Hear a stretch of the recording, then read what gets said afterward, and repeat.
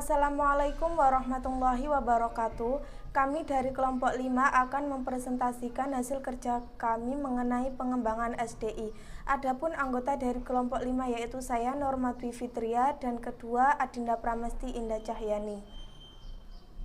Baik, saya akan menjelaskan tentang materi yang pertama mengenai kaidah Islam dan kaidah umum pelatihan dan pengembangan sumber daya insani. Yang pertama, definisi pelatihan atau training. Pelatihan atau training ialah kegiatan atau aktivitas yang dilakukan guna meningkatkan mutu, keahlian, kemampuan, dan keterampilan yang dilakukan setelah dan selama menduduki suatu jabatan atau pekerjaan tertentu. Pelatihan bertujuan agar peserta mencapai suatu standar baik dalam keterampilan, pengetahuan, ataupun untuk menciptakan perilaku atau kemampuan yang ingin dibentuk. Baik, yang kedua mengenai definisi pengembangan atau development. Pengembangan atau development adalah setiap usaha untuk memperbaiki pelaksanaan pekerjaan yang sekarang maupun yang akan datang dengan memberikan keterangan, mempengaruhi sikap atau menambah kecakapan.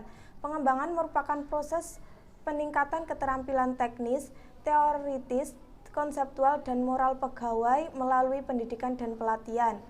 Pengembangan sumber daya insani merupakan suatu proses yang dilakukan untuk mengembangkan pengetahuan, keahlian, dan kemampuan pekerja.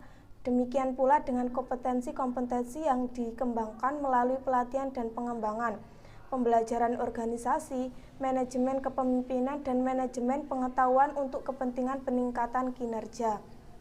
Selanjutnya yaitu pelatihan dan pengembangan dalam perspektif Islam. Dalam sejarah Islam, sejak zaman jahiliyah telah ada pengambilan budak sebagai buruh, pembantu atau pekerja, walaupun setelah zaman Islam perbudakan mulai dikurangi. Hal ini menandakan adanya tradisi pelatihan dan pengembangan dalam Islam.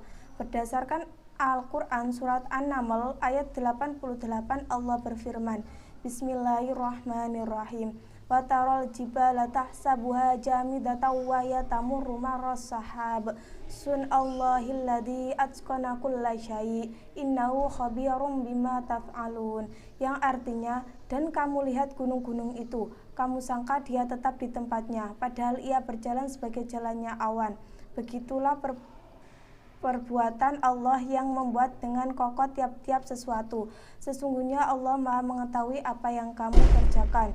Allah Subhanahu wa Ta'ala telah menjanjikan bagi setiap orang yang bekerja secara itqon, yakni mencapai standar ideal secara teknis. Untuk itu dibutuhkan adanya pengetahuan dan kemampuan yang optimal. Untuk mencapai kualitas kerja dengan mutu terbaik, Islam menganjurkan melakukan pelatihan atau training terhadap para pegawainya.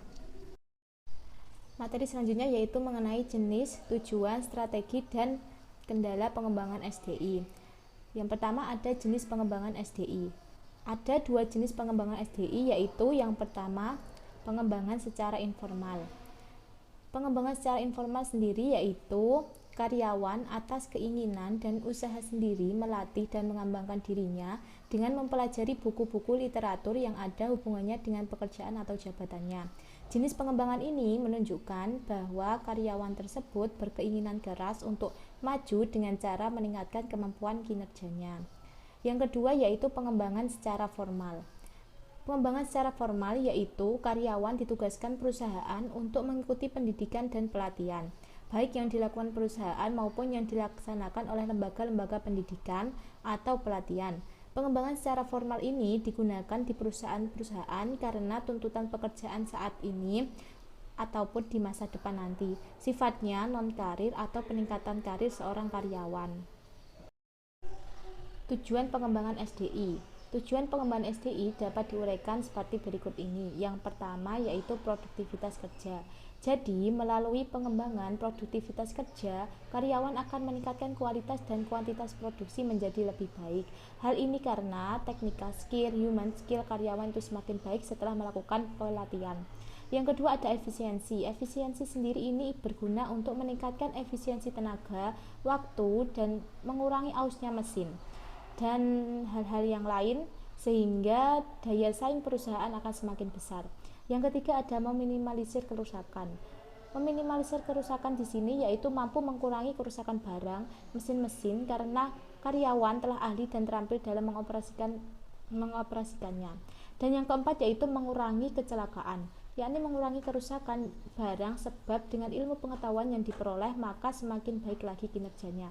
Yang kelima yaitu meningkatkan pelayanan.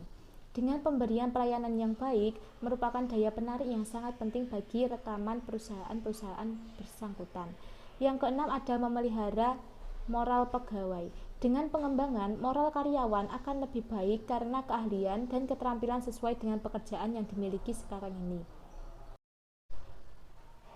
Selanjutnya yaitu yang ketujuh, meningkatkan peluang karir, yakni jika keahlian, keterampilan, prestasi karyawan lebih baik, maka hal ini bisa membuat karyawan tersebut akan mendapatkan promosi berdasarkan pada keahlian dan prestasinya.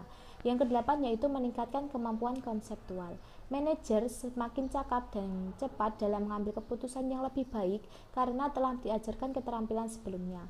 Yang kesembilan yaitu meningkatkan kepemimpinan. Kepemimpinan seorang manajer akan lebih baik, human relation-nya yang luas sehingga kerjasama vertikal dan horizontalnya semakin harmonis. Yang ke-10 ada peningkatan balas jasa. Balas jasa berupa gaji, upah intensif, dan benefit. Karyawan akan meningkat ketika prestasi kerja mereka semakin besar. Dan yang terakhir yaitu mampu meningkatkan pelayanan kepada konsumen. Hal ini bertujuan untuk memberikan manfaat bagi masyarakat konsumen karena mereka akan memperoleh barang atau pelayanan yang memiliki mutu yang baik. Materi selanjutnya yaitu mengenai strategi pengembangan SDI. Strategi pengembangan SDI merupakan surat perencanaan mengenai cara bagaimana kualitas SDI mampu berkembang ke arah yang lebih baik untuk membentuk pegawai atau pekerja yang berkualitas dengan memiliki keterampilan, kemampuan, serta loyalitas kerja kepada perusahaan. Adapun strategi pengembangan SDI yang dilakukan oleh Nabi Muhammad SAW meliputi yang pertama ada merencanakan dan menarik sumber daya insani yang berkualitas. Yang kedua mengembangkan sumber daya insani agar berkualitas. Yang ketiga menilai kinerja sumber daya insani yang baik. Yang keempat ada memberikan motivasi dan yang terakhir yang kelima yaitu memelihara sumber daya yang berkualitas. Selanjutnya yaitu mengenai kendala pengembangan SDI. Yang pertama ada kemampuan personil atau karyawan. Masalah ini terjadi karena saat apakah karyawan tersebut sudah memahami dan mampu melaksanakan tugasnya dengan baik atau belum sesuai dengan profesi yang dimilikinya. Yang kedua yaitu perubahan teknologi. Pengembangan terkait teknologi perlu diimbangi dengan peningkatan kemampuan karyawan. Hal ini akan berdampak pada proses interaksi sistem lama dan sistem yang baru. Yang kedua ada materi. Dalam pengembangan perhatian pada materi yang disampaikan sangat penting. Dan apabila tidak memperhatikan, maka berdampak pada tidak memahaminya bagian kinerjanya pada bagian mana saja. Yang keempat ada instruktur. Instruktur sangat penting keberadaannya karena hal ini akan mempermudah bagi peserta pelatihan untuk menangkap materi yang diberikan oleh pelatih. Dan apabila instruktur itu tidak diperhatikan, maka akan berdampak pada pemahaman bagian kinerja masing-masing karyawan. Yang kelima ada metode. Sama halnya dengan instruktur, jika metode tidak diperhatikan akan berdampak pada pemahaman kinerja masing-masing karyawan. Yang keenam atau yang terakhir yaitu ada automatic habitual training. Dalam hal tertentu, pelatihan merupakan suatu hal yang selalu dilakukan dengan baik karena sudah menjadi mandat atau keharusan. Di sini diklat dilaksanakan tanpa didasarkan pada alasan khusus tentang perlunya pelatihan. Yang terakhir mengenai alur pengembangan. Agar pengembangan SDI dapat berhasil dengan baik, maka ada beberapa langkah atau alur yang harus dilakukan agar pengembangan SDI yang akan dilakukan efektif dan efisien, yaitu yang pertama penentuan kebutuhan. Diperlukan penganalisisan masalah-masalah yang dihadapi sekarang dan berbagai tantangan baru yang diperkirakan akan timbul di masa yang akan datang. Untuk mengidentifikasi kebutuhan akan pengembangan SDI diperlukan 3 pihak, yaitu yang pertama satuan atau bidang organisasi yang mengelola sumber daya insani, yang kedua para pimpinan berbagai satuan atau bidang kerja, dan yang ketiga para SDI, pegawai karyawan itu sendiri. Selanjutnya penentuan sasaran. Berdasarkan hasil analisis kebutuhan untuk pengembangan SDM, berbagai sasaran dibuat. Sasaran ini dapat bersifat teknikal dan dapat pula menyangkut keperilakuan atau mungkin keduanya. Sasaran tersebut harus jelas, konkret, baik bagi pelatih maupun para pesertanya. Yang ketiga, penentuan program pengembangan SDI. Dalam program pengembangan SDI harus dijelaskan apa yang ingin dicapai dalam program pengembangan tersebut. Yang keempat, prinsip-prinsip belajar.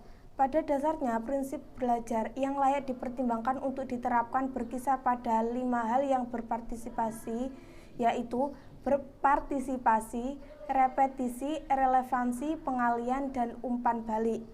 Partisipasi sebagai salah satu prinsip belajar, umumnya proses belajar berlangsung dengan lebih cepat dan pengetahuan atau keterampilan yang diperoleh diingat lebih lama.